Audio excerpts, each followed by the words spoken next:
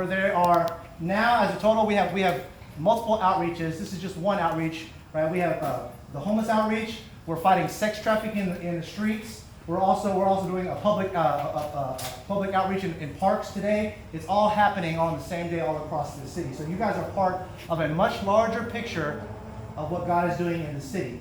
As of today, we have close to 1,300 members in under 1 year. 1,300 members in under 1 year. We average approximately 100 volunteers for this outreach that's going to be happening all over the city.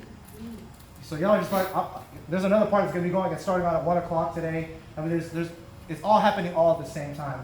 But there's going to be 100 people spread out all throughout Houston, all throughout downtown, in parks, doing worship, doing outreach to the general public, and it's all happening today. You're part of this much larger picture. We have over 50 different churches, ministries, community organizations, city organizations. We're partnered with Harris County Sheriff's Department, Houston Police Department, all these different places. Moving Waters. Where's Moving Waters? Moving Waters, they're going to be bringing showers for the very first time. Yes, so we can get showers in the home. So God is drawing His people together who want to be His hands and feet in the streets. The Bible tells us very specifically, whatsoever you have done to the least of these, you have done unto me.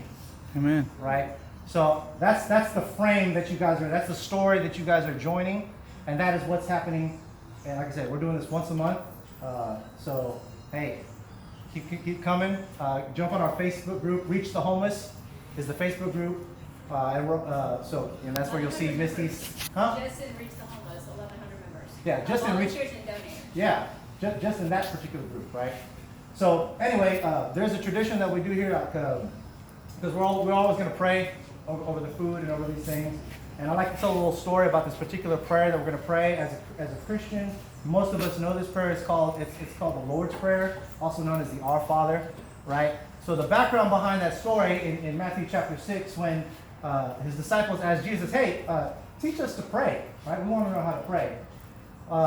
So what's important about why they asked that question is that back in the rabbinical days, in the times of rabbis, the way that you would pray marked whose rabbi you belonged to, because certain rabbis had certain prayers that would identify their people. Oh, that's the disciples of Rabbi Ben Moshe, or that's the disciples of whatever, by the way that they prayed.